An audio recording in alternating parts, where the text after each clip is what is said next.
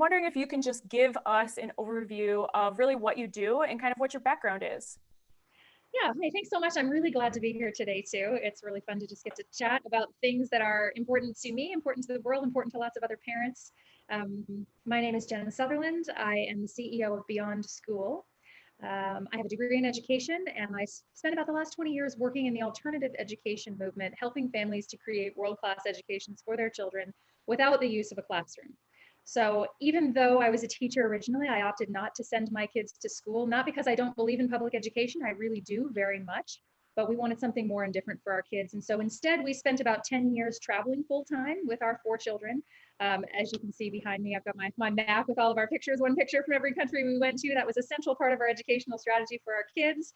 And then as they became young adults, we helped them create self-directed paths for their high school. And I helped lots of other families do similar things. Beyond School is about creating a third path, a hybrid model between traditional school and Lone Ranger style homeschooling.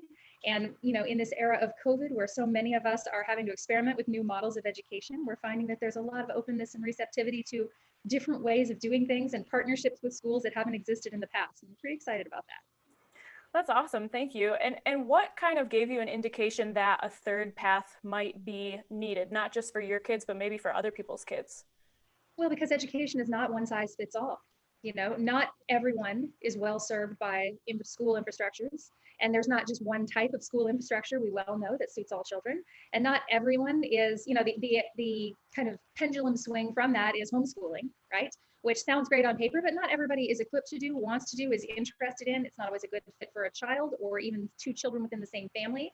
And one of the things that we've come to recognize is that this doesn't need to be a binary choice, that there are third paths where you can make use of the school infrastructure for the kids that it suits and in the ways that it makes sense for your family. And then there are all sorts of ways to add educational enrichment in really fun, outside the box ways that don't require you to homeschool fully. Mm-hmm. And in terms of educational enrichment, I just want to note some of the focuses that Beyond School has. There's art, Spanish music, anti-racism, gender identity and sexuality, mentoring, mental fitness, and science. So I'm wondering why those particular areas? Well, because we started with those because parents were asking for them.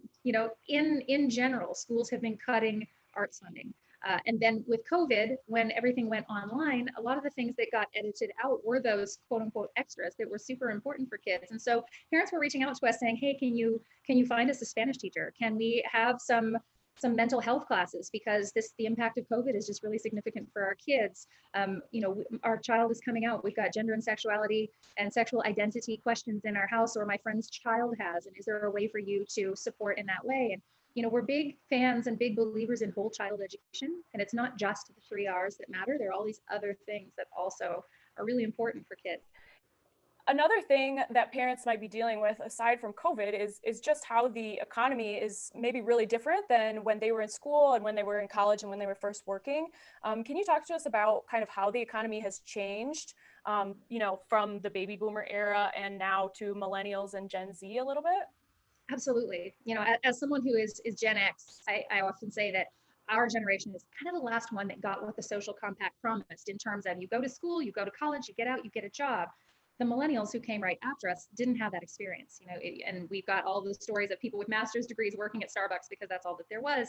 And with the explosion of the internet and the advent of remote work around 2008 to 2009, the rise of the gig economy, the expansion of digital nomadism, the work environment and the way people work has changed. And the school association district, I don't know what the word is for it, but anyway, an organization in Australia did a study about this and drew some conclusions about the ways in which our school systems, the Australian school system specifically, we're not preparing kids any longer for the world of work as it actually exists. We're preparing kids for a world that has evolved out of existence. And now when they graduate, nobody gets a job now and works 50 years and retires with a gold watch. The number that I've heard a few times is that people change careers, they shift gears 5 to 6 times over the life of their career. Vast numbers of people, even more now, of course, with COVID again, are working online, are working remotely. often have one main career, but then they call it a side hustle. You know, there are lots of people who have gigs on the side. And so many of these opportunities have arisen because of the internet and the ways in which we've been connected to each other that way.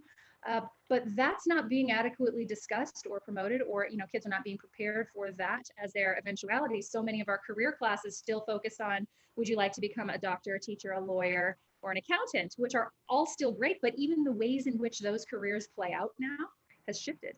Mhm. Yeah, definitely. And I know that, focusing on those types of careers is still important, but then we have this huge category of other kids who, want to take alternative paths. And I know I was the person who went to college, immediately went to the four-year university, got 2 degrees, did exactly what I was supposed to do, and then graduated and realized I didn't want to work in international politics and I didn't really want to move to France to speak French. So yeah, I understand how difficult that can be to really end up on the other side thinking that you have done everything you were supposed to do and then suddenly not being able to really find your niche. And as parents, that's tough, because we tend to parent our children and we tend to encourage them according to our own experience, of course, naturally.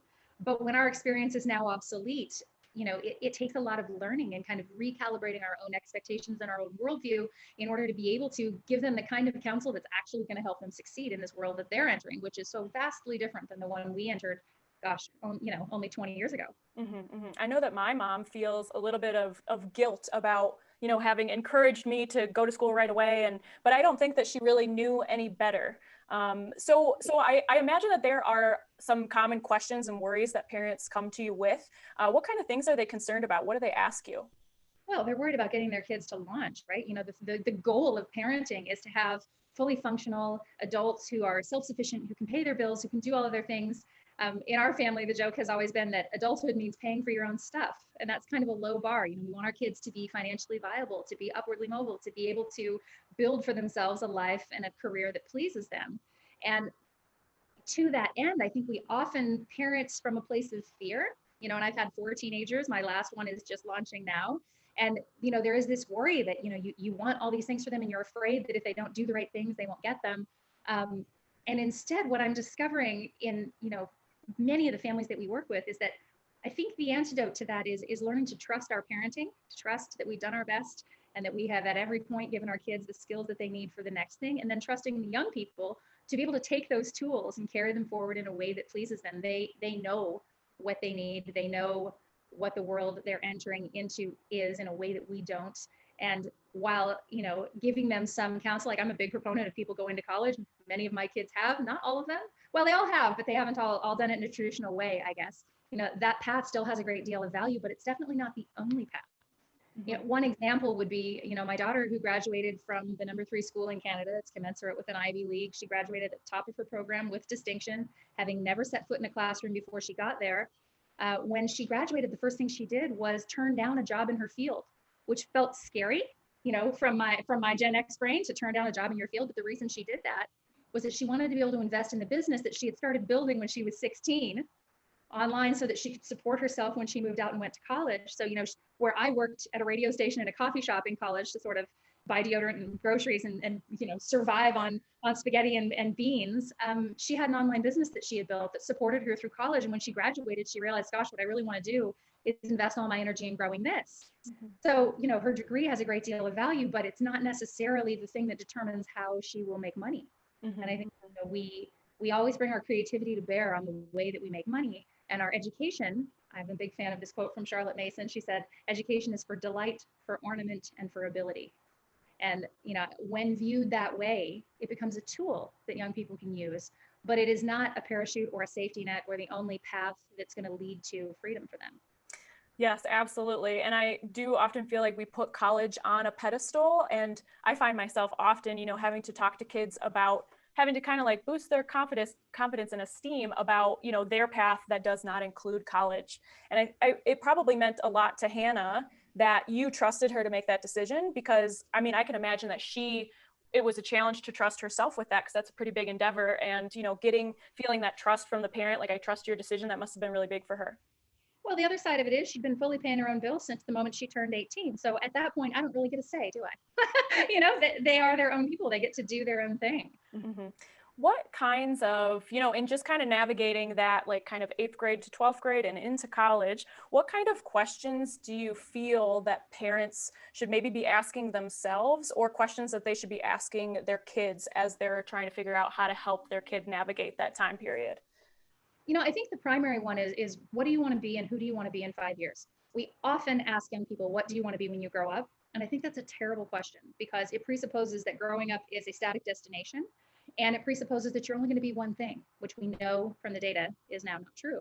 So rather than what do you want to be when you grow up, which drives towards a career choice, what if we started asking people who are 5, 10, 15, 60, where do you see yourself in 5 years? What do you want to be at that point? And then once we have a sense of what their goal is and what their dream is, to back that up to, all right, well, what do you need to be doing now to accomplish that thing? And working on their practical skills in that way. Because, for me, my sort of low bar of success with my kids for launch is that they're out the door paying for their own stuff and working on a dream of some sort that's theirs, not necessarily mine, but theirs, and that they're self-supporting, fully functional people, which is a blend of the academics, which they definitely need, and a lot of practical skills, and then a lot of technical skills alongside their emotional management and their self-esteem and security and all of those other parts of whole person, whole child development that we have to work on through the teen years. Mm-hmm. Mm-hmm. Can you talk to us a little bit about your parenting experience? You mentioned 4 kids and a daughter who is running her own business. Talk to us about your kids. So I have 4. They are now 18, 20, 22, and 24. The 24-year-old is my daughter. She's the oldest, and she does run her own business. She does database work. She does coding. She does website development. She teaches online. She does a number of things. And she, as I said, she launched relatively early and quite self-sufficiently. She was 17. My son Gabe is 22. He lives in the United States in Virginia. He captains anything up to 200 tons in the open water, and he builds and rebuilds antique boats. And that has been his destiny and his goal since he was 4 years old. And he started his university work crossing the Med in the Atlantic under sail at 17 years old. So there are ways to combine this academic experience with, adventure and outside the box learning. He launched, he left home pretty much permanently also when he was 17. And, somebody asked me the other day, like, gosh, he's only 22. And I said, yeah, but he hasn't asked me for money in 3 years. And that's the bottom line.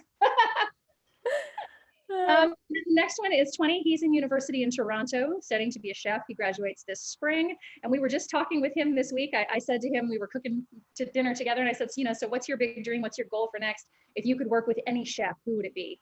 And he named this man, Dan Barber, who has a farm-to-table restaurant in New York City and a farm in New York State, and who's been on Chef's Table. And I said, gosh, I think Dad knows him, and I think Chris Brown is friends with him. And turns out that this one chef that he picked out of the air is a person that we have sort of a 3-step connection to. And so we're hoping that he will be able to dive right in there at the thing that he most wants to do. And we're thinking creatively about how to make that happen in the midst of COVID.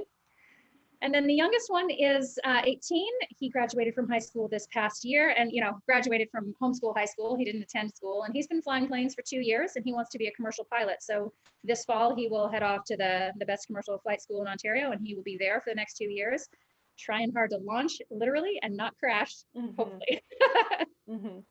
Well, that's awesome. And I hear I hear, asking them big questions. And again, coming back to trust, like trusting that they maybe know the answers to those questions.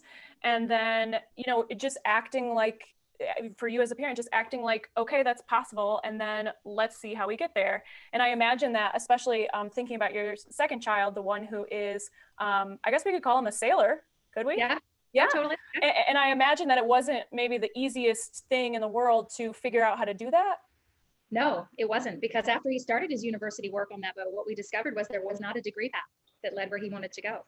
So then it was a matter of him figuring that out for himself. And, we had a number of conversations about what he wanted to do. And I absolutely believed in his ability to do it, but they all circled back to, and if you end up back on our couch, you will be enrolling in college. I fully support you. I believe that you can do this, but understand that this is a one-way trip, And I think, in that, from the time my kids have been quite small, but certainly as teenagers, one of the key things I think in parenting teens is saying yes to them, but then not helping too much. We tend to over coddle our kids, and then we wonder why at 18, I can't figure out how to run the dishwasher, run the washing machine, pay their bills, whatever the thing is. And we had a couple of experiences with our kids. One, when the chef, when he was 15, wanted to go to Guatemala for a month by himself to work at a at a nutrition project that he had encountered when he was younger, when we were traveling there. And he said to me, Mom, can I go for a month? And I said, everything in my mom head was like, are you kidding me? No, you're 15. You can't go to Guatemala for the month. Have you lost your mind? Well, what came out of my mouth was, yes, you absolutely can. Here are the things that you need to do to make that happen. I need you to work ahead a month in your school because I know you won't do anything academically while you're there. I need you to have all of your travel planned. I need you to know how you're going to pay for it because I'm not paying for it. I need you to have a health and safety plan in place. I need you to figure it out. We gave him a laundry list of all the adult things that you would have to do to execute a trip like that. And I said, and we need that October if you want to go in February because it'll take a little time to plan. And then I forgot about it because I thought, no way, no, he's just not going to do it. He turned up in October with the plan. And so he got to go to Guatemala in February by himself for a month and do his work. And that trip was game changing for him because he did the adult work to get there. He got to execute the trip in an adult way and he could be justly proud of his accomplishment. And it was the springboard kind of for the next thing. And with our youngest, similarly, when he was 14, he came to me and said, Mom, I want to fly planes. I said, amazing. I think you should totally do that. And he came back a couple weeks later, he goes, Mom, I want to fly planes. I'm like, yeah, you mentioned that. I think it's really cool. Good for you. Let's do that. And about the fourth time he came to me, he said, Mom, have you called a flight school yet? I want to fly planes. And I said, my dude, I am not the one that wants to fly planes. And I don't want to get in an airplane with a pilot who I think his mommy had to call and set up the lessons because this is a really big deal. So either you're ready to do this or you're not. Here are the things that I would do if I wanted to fly, but I'm not going to do them for you. And, he gave me that look that 15-year-old boys give you where it's like, he's like, right, okay, yeah. And then he set about figuring out how to do that. Now we paid for it, of course. At that age, he didn't have the money to pay for those lessons, but encouraging them, to set a goal and then step back and then not helping them too much, give them what they need to learn the next thing and to do the next thing. But helicopter parenting teenagers leads to anxiety disorders in college students, in terms of the data. And I think that that's really important. A lot of people struggle, a lot of families struggle with rebellion in teenagers. And I think largely it's because we legislate against them and because we have a culture of no at an age when young people are incredibly capable and they know that. And instead, if you flip that script and you say, yeah, absolutely. Adulthood means paying for your own stuff. You can do whatever you want, so long as it is healthy and safe for you, because that's the case for adults, right? We can do whatever we want as long as we organize it, we pay for it, it's safe and healthy.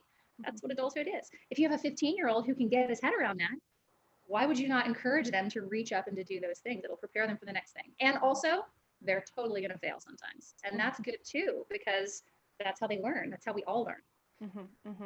Yep. And it sounds like also, like you gave him all the tools, all the feedback and the specifics that he needed to succeed. And I think that that's, one thing that parents can do is, give that guidance and because I think a lot of parents might avoid, getting in there and really saying like, you need to do this adult thing, and this, because they don't have those high expectations for their kids. And so they kind of end up hamstringing them because they'll say like, okay, yeah, go work on that. But there was no guidance really provided. And so, the kid might not be as successful getting into that. They need frameworks, they need guidance, and they need us to model what our process is. And sometimes just talking out loud, like, this is what's going on inside my head when I'm working on this thing. Kids don't often see that. They think so much in their lives, like clean laundry appears by magic, right? And in reality, we're managing all this stuff in our head. So finding a way to get that out of our head and into their space so that they see like, yes, this is the process. And then, the other thing related to whether or not they go to college, as well as whether or not they go do these, what some people would say are big or amazing things early, is removing our own ego from that experience. As a parent of many teenagers and of young adults now, so often the mom culture is like, well, yes, but my son got accepted to Brown. Well, mine got into Harvard. Well, mine got into, the state school that is going to be for welding. Like, that's a worse thing in some way. And I think that we inadvertently, and sometimes quite intentionally, put pressure on our kids because what they're doing or not doing feels like a reflection on us and how we've parented.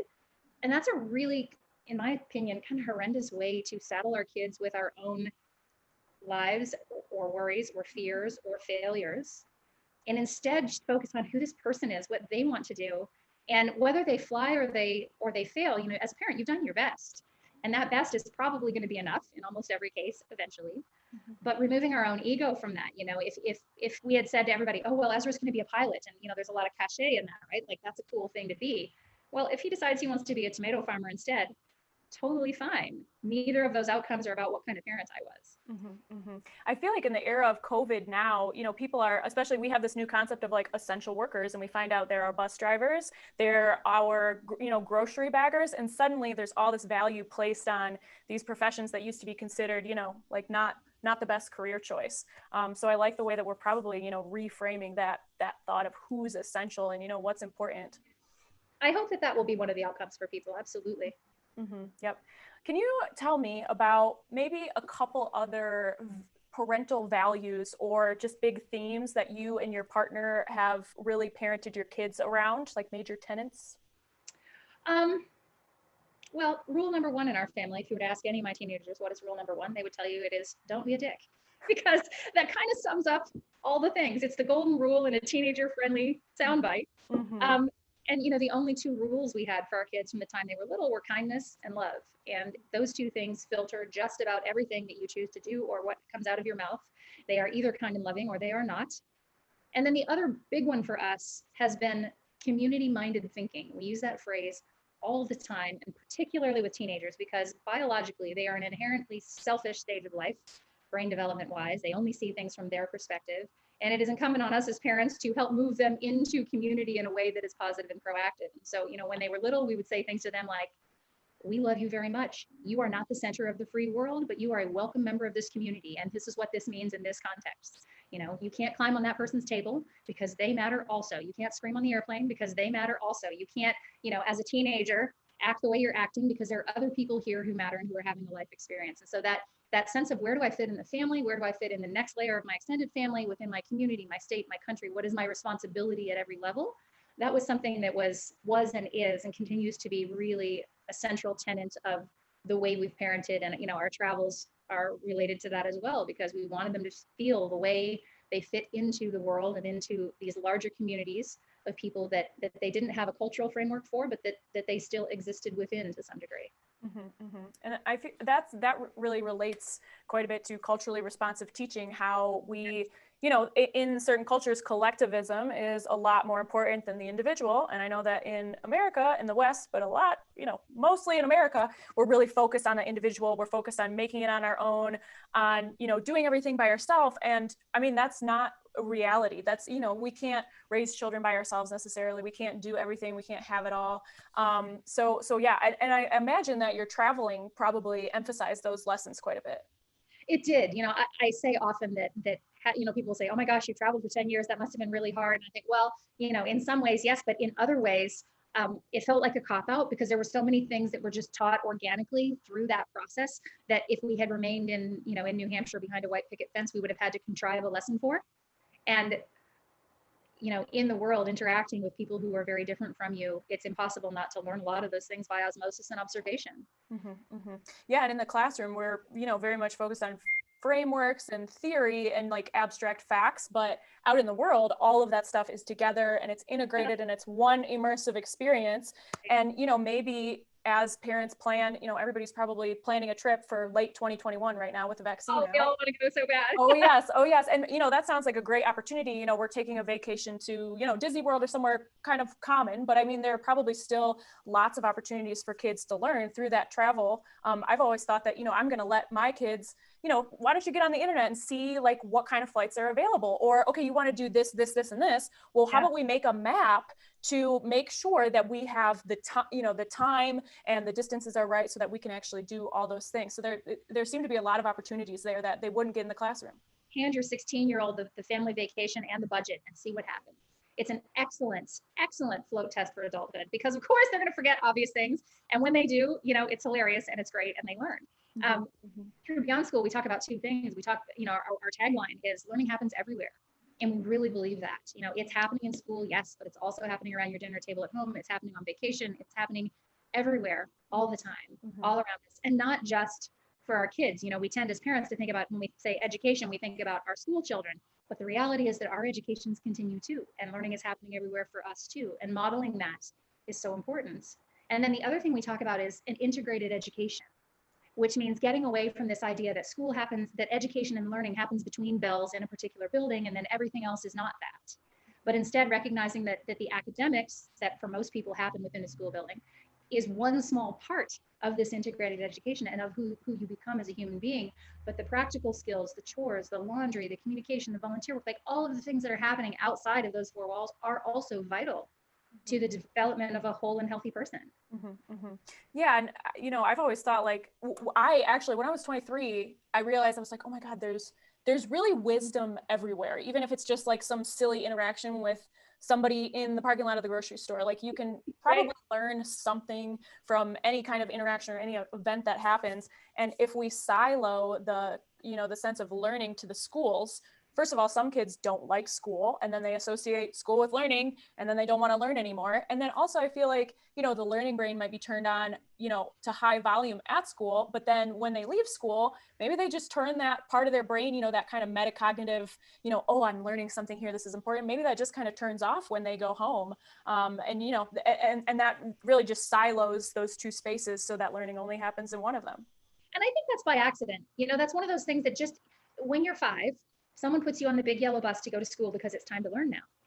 And nobody really thinks that through. It's just the thing that we do, right? And so the subtext is, it's time to learn, I'm going to go to school. And the other subtext is, I'm not learning when I'm at school necessarily, right? And nobody ever just says to a kid, sometimes it's as simple as just verbalizing something, saying to someone who's 15, 16 years old, we believe that learning is happening everywhere for you. What else are you learning outside of school that you're excited about? And almost everyone will have something, like maybe they're learning guitar, maybe they're learning to play drums, maybe they're learning to cook, maybe they're, learning to train pets. Who knows what they're learning and they're interested in, but just flipping that script so that we also value the learning that is self-directed that's happening outside, and then encouraging that. Like, in what way could what we're doing here in this building support you in the learning that you want to do for what is important to you next that is outside the scope of what we do here? And I'm always really careful not to pit one educational model against another, because learning is happening everywhere, including at school, and it is not one size fits all. And I don't think that the way we raised our kids was inherently better than any other way of raising them, but it was the right way for our children. And I really trust all parents to know what is the right way for their children.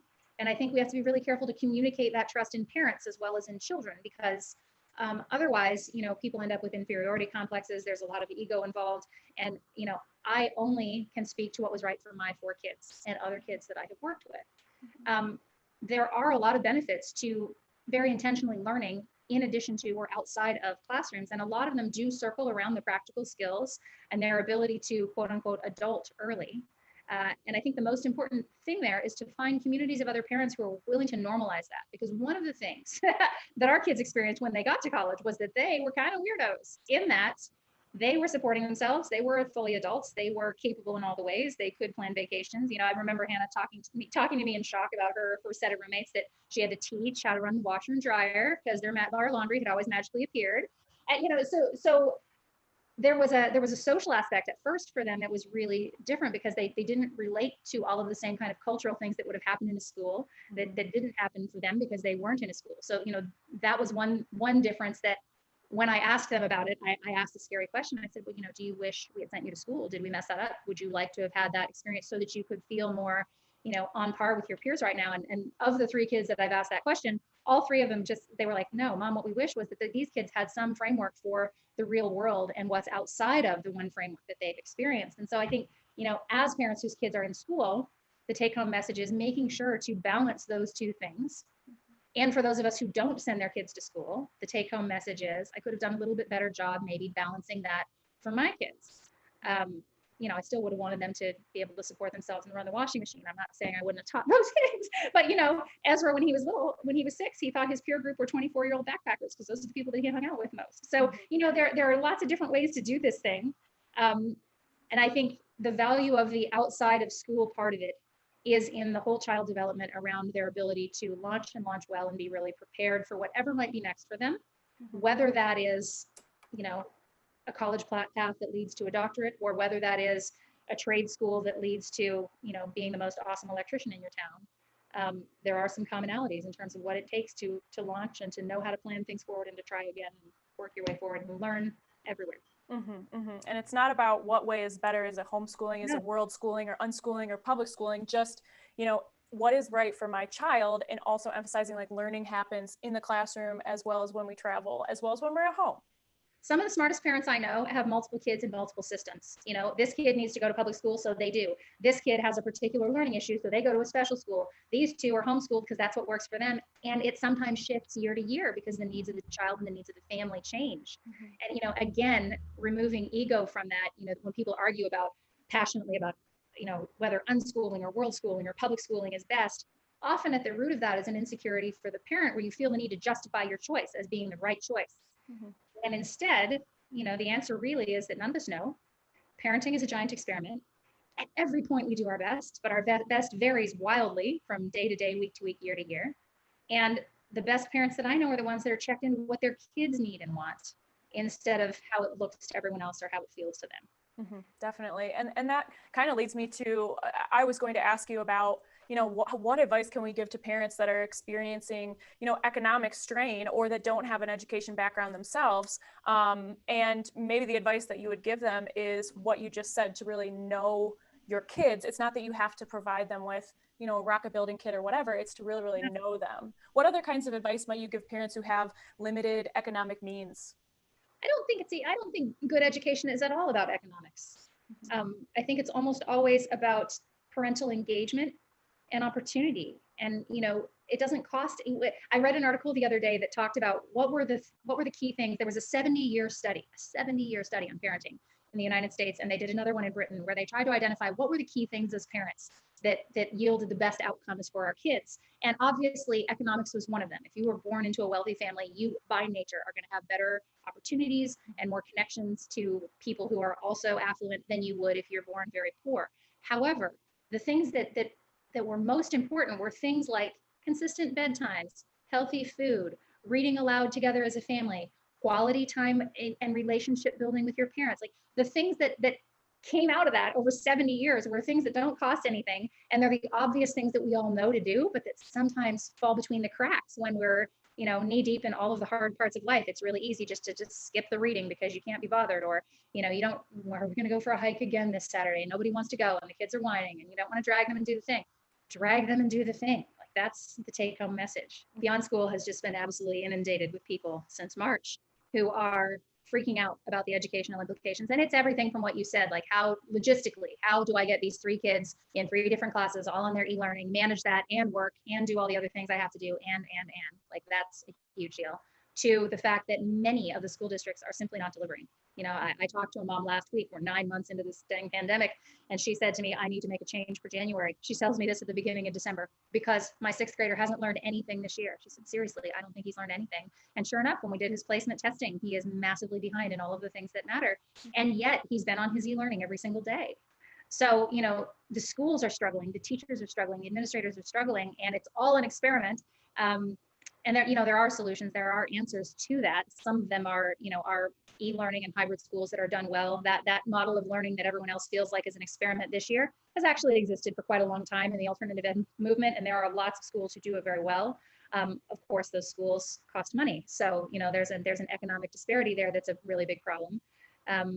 But you know, we've helped numerous parents set up kind of enrichment and hybrid plans for their kids where they can use the best of what their schools have available for them this year, recognizing that in most cases, it's not the full curriculum and it is substandard compared to what they would have had in person, but then find ways to augment that with other classes, with other experiences, with, you know, outside, you know, ways to integrate art and music and these other things in ways that don't cost a lot of money and are really easy for parents to do and are not going to stress anybody out. Like there are hybrid approaches. There is that third path we've talked about. And so I've been talking to parents kind of nonstop about that for a while. And then the new thing has been helping people with pods and mini schools. We're seeing small private schools pop up that are community designed, groups of parents banding together and deciding they can tackle this in a different way. And so Beyond School has been helping to build curriculum for those and provide frameworks and infrastructures and policies that will allow, you know, small throwbacks to the one room school mentality to emerge, because those are better solutions for some kids and for some communities. I'm excited about all the options that are emerging through COVID. Yeah, and I mean, just in perusing your website a little bit, that third path, you know, there's homeschooling and then there's public school and then there's learning everywhere. And it sounds like, you know, parents who before the pandemic, their kids were going to public school. They don't want to become homeschoolers. You know, they are psyched for public school to come back. But right now they have to kind of operate in the middle. Do you have any quick advice for parents who are really struggling, maybe experiencing depression or anxiety about how to support their kids? Well, I think two things. One is give yourself a break. You know, the kids are Yes. struggling with the pandemic, but moms get to struggle with it too, and dads get to struggle with it too. And it is totally okay Hmm. to feel miserable and depressed and sad about all the things right now. Hmm. Hmm. You don't have to hold up the world for everybody, and it's not a realistic expectation. Everybody gets a break. Hmm. And then beyond that, I think professional development for parents is so important, and it's so lacking overall. And that's another one of the things that Beyond School has been working really hard on. You know, we have a workshop for high school parents, for, you know, parents of teenagers. How do you get to this yes mentality? How do you get rid of the attitude and the rebellion and the grumpiness that you're seeing in your kid? How do you get a fire lit under them for self-direction?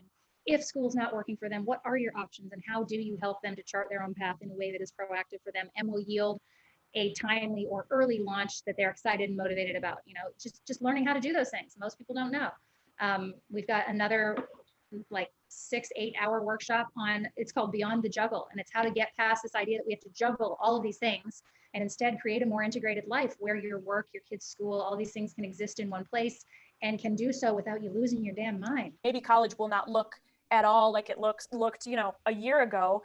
And I know that some people are considering taking a semester off. They're considering gap years. They're considering online school, just alternatives. I think college was the easy answer for parents. And now they're like, oh my God, what do I, like, how do we do this? And how would you maybe advise them to get started into, like, I can imagine a parent would be super nervous if they are thinking like, well, I think my kid might just want to take a gap year. Like, what do I do with them in that gap year? Like, how do we structure that? And so if people need to make adjustments for COVID, and that might entail not being in a formal education program at all, what advice do you give to them as to how they can kind of, you know, still guide their kids a little bit in getting educated, even if they're not in school?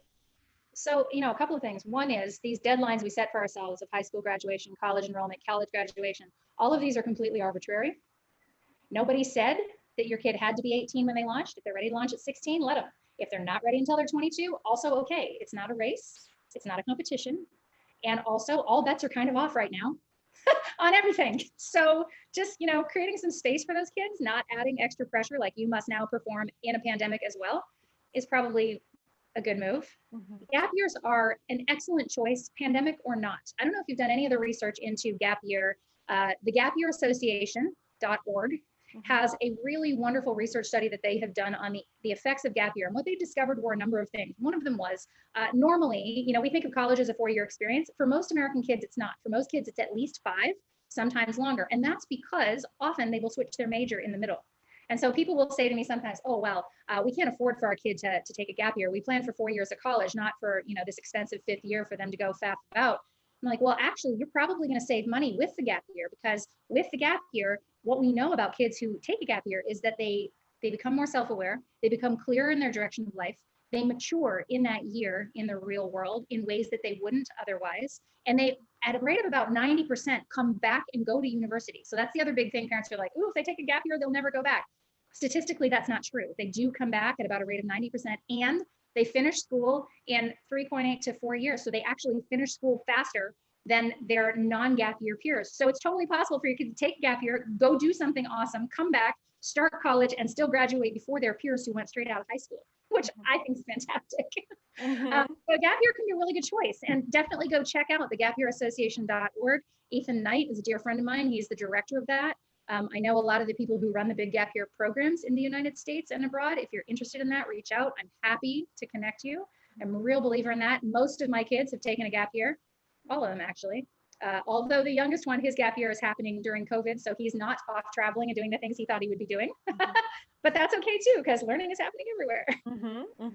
Yeah, and I like how you call that, you know, 18 years old, like that is an arbitrary deadline. Like that is when you are legally an adult, but your brain is not fully developed. Like you can go to war and you can vote, but you can't drink. Like they're just, you know, these arbitrary numbers. And I mean, you, like, boys, their brain isn't even fully there until they're about 25 years old. And I actually tell that to my 18-year-olds. I'm like, your risk management software has not downloaded. Try not to die. Exactly. Yeah. And I just remember people and, you know, there's that additional misconception that I have to be one thing for the rest of my life.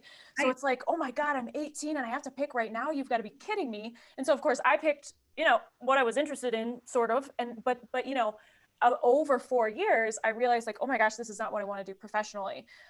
So yeah, so maybe taking that gap year, you know, that it's good to know that that's not the worst thing in the world. And there's actually some research behind that that shows that that might actually be maybe a better way for some people. Statistically, it's a better way for most people, actually. Mm-hmm. You know, just taking that breath, getting off of that treadmill, taking a breath. Who am I? What's going on here? What do I want to do next? Asking some of those big questions. And, you know, and a gap year, by the way, is with a framework and with direction. It's not sitting on your couch playing Minecraft for the next 12 months. There's a, you know, there's a work component. There is an adventure component. There's a mentorship component. Like if you visit the Gap Year Association's website, you'll see that they have all of these sort of structures around what a good gap year looks like in terms of finding direction and helping your kid forward. It's not a year off and it's not a waste of time. It's a lot of work for kids because they're self-actualizing through that process. Well, can you give us some examples of things that your children did during their gap year, or maybe things that they learned? Yeah, absolutely. When my daughter was 17, she rode trains around Europe by herself, well, with her boyfriend actually, for a number of weeks. Got her first set of stitches alone in Italy because she busted herself up, had her phone stolen in Paris, highly educational. Lots of good things that were learned in that process. Also started her own business. And yeah, did a lot of different things actually. She took her first backpacking trip solo when she was 14. We were living in Guatemala at the time and she went backpacking in Belize. Ooh, we got some hate mail for that one, letting our 14-year-old daughter do that, but she rocked it. She was great. And then our next son, I told you, he crossed the Med and the Atlantic with a program called Semester that has a college credit aspect to it. He's wanted to sail since he was 3 years old. We knew that this was his thing in life, and so that was a great way for him to start. He then went on and was first mate on a tall ship, one of the Windjammer fleet up in Maine for most of that year. And he never really came back from that. After that, he was on his own. You know, he came home for about 6 weeks one summer. But after that, you know, it gave him such direction. It gave him the skill set he needed that he was able to take off and live his life. The next one down, the chef, he on his gap year spent part of the year in Mexico and Guatemala, which is, he's the one that when he was 15 went to Guatemala by himself. So he went back and worked at that nutrition project, spent a little bit of time living and working down there, and then went to the UK where he took a very structured chef program with a certificate degree, because before we invested all the time, money, and effort in him becoming a professional chef, we thought a good use of his gap year would be to float test whether he actually liked it. Because Gabe, the sailor, when he was 15, he thought that he was interested in hydroponics and regenerative farming. And so he went and did a 3-month internship in those two things in Indiana with some college students, even though he was just a kid. And what he learned was that he didn't want to do it. And what that taught me was float test the things they want to do before you go spending $100,000 on them. So Eli went and did that, got his certificate, indeed loves cooking. So then he went on to chef school. And, you know, Ezra's gap year, of course, is preempted by COVID, but you know, the joke is that his whole childhood was a gap year. So what's he complaining about? And he's been working on getting his, the next segment of his ratings that he needs so that when he goes to commercial flight school, he's that much ahead of where he would be if he was starting from zero. I mean, I think that you should be doing all the things. Have you read the book Range? No. Oh my gosh. It's an amazing book. It's not about parenting, but every parent should read it because it's about the ways in which we get it backwards with early specialization instead of diversity that then eventually leads to specialization, exactly what you were talking about. But I don't think by 22 or 23, you should be narrowing in on your thing because you don't even know yourself yet. You don't know what your thing is. You should be narrowing out on a thing, but I would fully expect you to have like 5 more things in your 30s and 6 more in your 40s and who knows how many in your 50s, you know, because you become rather than becoming a master of one thing, unless you want to be a neurosurgeon, in which case I highly recommend you focus. But, you know, for most people, diversity in all of these things and becoming great at what you're interested in now and recognizing that could and should and may change. And if it does, amazing. Learn the next thing. Absolutely. Yeah. And I mean, that's kind of, you know, what we were saying earlier, that's like what a career looks like nowadays. It looks like maybe 4 or 5 or 6 very different things. And it's totally cool if you go to dentistry school and if you're a dentist until you retire, and that's awesome. But also, you know, we should understand that, hey, you're studying this right now, but if you want to do something else, you can totally do that. And you don't have to do this thing forever. And that applies to all careers. My primary care doctor, who is wonderful and has practiced for many years, is also a fully licensed large animal vet. Wow. You don't have to be just one thing, even if you do one of the traditional things. Ooh, double med school. I don't know about that though, but that's awesome. Isn't it? Yeah, I was in to see her a while ago and I said, oh, you're limping, what's wrong? She goes, oh, a horse stepped on me last weekend. What other kinds of, I hate to even use the word silver lining because this has just been awful, but in terms of education, like, are there any good things that are going to come out of this? I think there are a lot of good things that are coming out of it. And, while it was definitely a tragedy to have the education system fall apart in the way it did in March, and we're not seeing adequate recovery in most districts now, not all, but most. One of the real positive things that's happening is that there is a willingness to compromise and to validate and create these third path experiences that hasn't existed. So as somebody who was, I was a teacher originally, and then I was outside of the system educating my own kids, I would have loved to have had the ability to have my kids participate in both worlds. And, when my kids were small, the attitude of most public schools was all or nothing. You're either in or you're out. They weren't really open or supportive to the idea of homeschoolers dipping in and out of even extracurricular type things. And there was a lot of litigation around that, especially in the States, as the rights and freedoms to educate in different ways became normalized. But the schools were like, okay, fine, you're going to do that, but you do that over here. And now what I'm seeing this year that I'm so excited about is districts are communicating with parents, are working hard to find these third paths for kids that need them, and are willing to compromise. So one example is the public school on the island that I live in Canada has made a deal with a number of the families here where their kids can come to school 4 days a week with masks, do all the things that they need to do. But that fifth day, they're giving them completely off. And they've put together a forest school run by an Indigenous woman who lives here, who's teaching them a lot of the Indigenous history and literature and culture, alongside what's happening in the public school. So it's no longer all or nothing. I know other families who, their kid, because they have a higher risk because of their health situation, cannot go to school, even with masks, even with the ways in which they're able to open a little bit more safely. The schools are willing to create, packets of work to put those OWL transmission devices in the classroom for the kids so that they can participate from away. They're willing to have what they're learning outside the classroom be brought in and shared with the other kids. Like, there's just so many interesting third paths that are emerging that I'm excited about. Also, recognition for the fact that alternative education has been working for 20 years, is working beautifully. There are thousands and thousands and thousands of kids like mine who have been educated outside the system, who are successful adults, who are resilient, who are getting through this COVID thing just fine, and who are able to share some of the skills that came learning in a different way with their peers who don't have those skills because they learned within that framework. So there's more of a collaboration happening between these two worlds and those two spaces.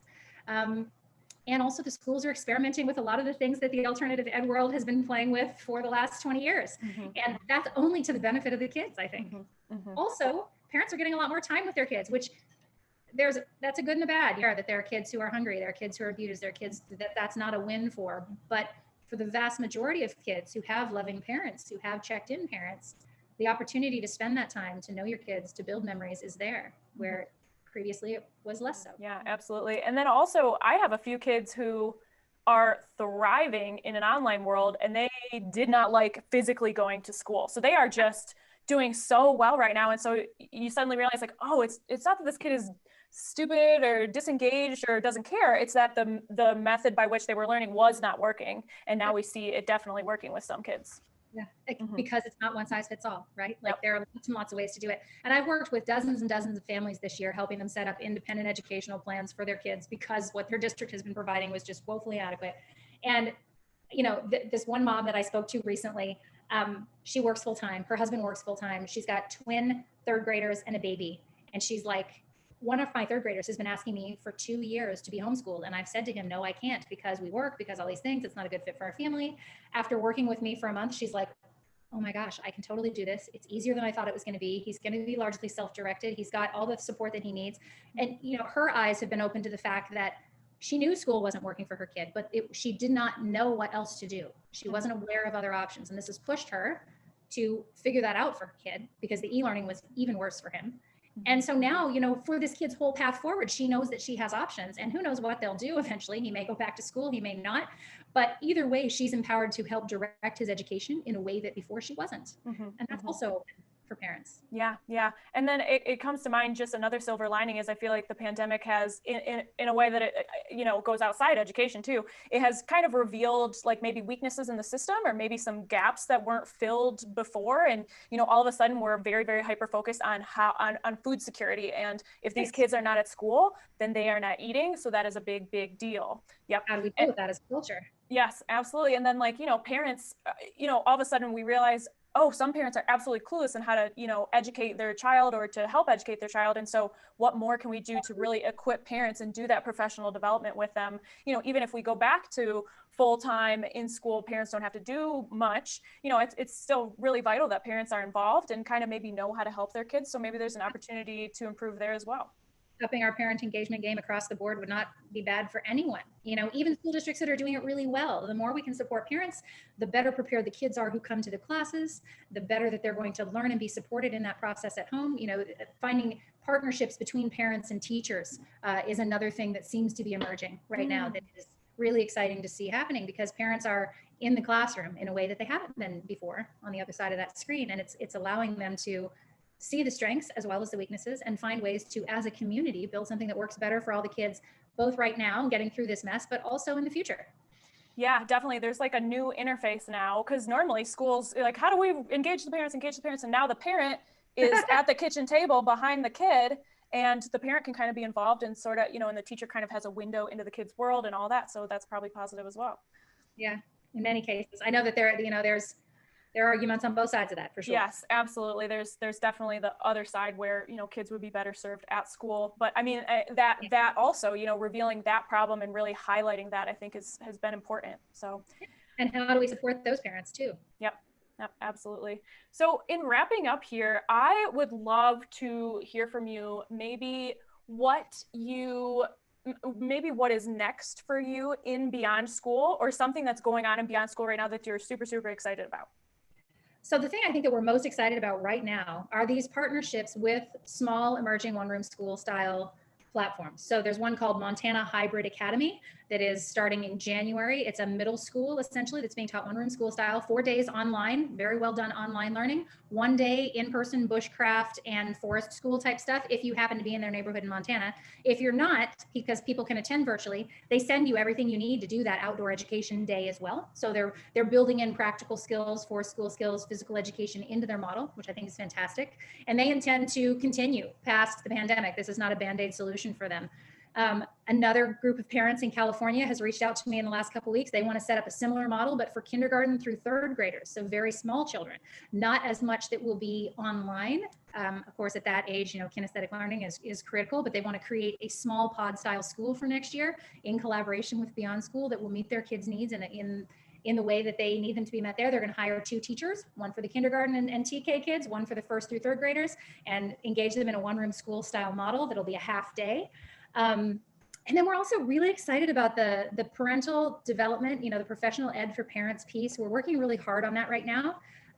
Beyond School is not just for kids. It's a cradle to grave learning platform. So right now we're building this Beyond the Juggle boot camp that is, how to integrate your life, how to make these things less crazy. We've got next month one coming up that's on business and career development for adults, because so many people right now through COVID have been absolutely sidelined in their careers, or they've taken something that they used to, do at the office in a very partitioned way, and now it's happening at the kitchen table with all of the circus of life happening around them, and people don't have the skills for that. And one of the things that you learn in gig work and in freelance work and in digital nomadism and in remote education is, all of these tools and skills around asynchronous learning and communication and career building that can help a lot of the adults in the world right now who are struggling. Like, if we can get our career stuff together, stabilize our income streams, take more control over our career and business development, then that creates stability for our kids and our families too. And it also helps to prepare kids for the world that they will actually be entering, because they see their grown-ups learning and implementing these things in ways that they might not have if this hadn't happened. So maybe that's another silver lining. So the adult ed piece we're really working on. And then we're also working on some things that are very niche for families that need them specifically. Like, we have a woman coming on board who's going to do a course for autism affected families, one for parents, but also for siblings, which I haven't seen a lot of. So if you've got a sibling or a dear friend who's autistic, how do you navigate that experience with this person? And how do you build relationship? And how do you build community? And how do you help them and learn from them at the same time? Which I think is fantastic. We have one on gender identity and sexuality for kids who are coming out in some way. That's facilitated by a woman who is a licensed counselor. She's wonderful at holding and creating safe space. So many kids going through that process do so without that professional mentorship piece, and some of the places that they get their information can actually be quite dangerous to them online and in groups of people that are not trained and are not safe and can't help them properly. And then also, the supplement piece for their parents. So, you know, stuff like that isn't typical necessarily, but is so crucial, I think, to community and whole person development. That really hits home what you said about parental development outside of parenting, but for Yep. themselves, and the parallels of, them maybe having to rework how they learn and how they work, and, the kids having to rework how they learn and all that. So they're really going through, maybe some of them are going through similar experiences, the parents and the kids. Yeah, I think so. Yeah. So Jennifer, what is the best way where can we find you online, and like, what's the best way to contact you? And I'll make sure to give the Yeah. text of that.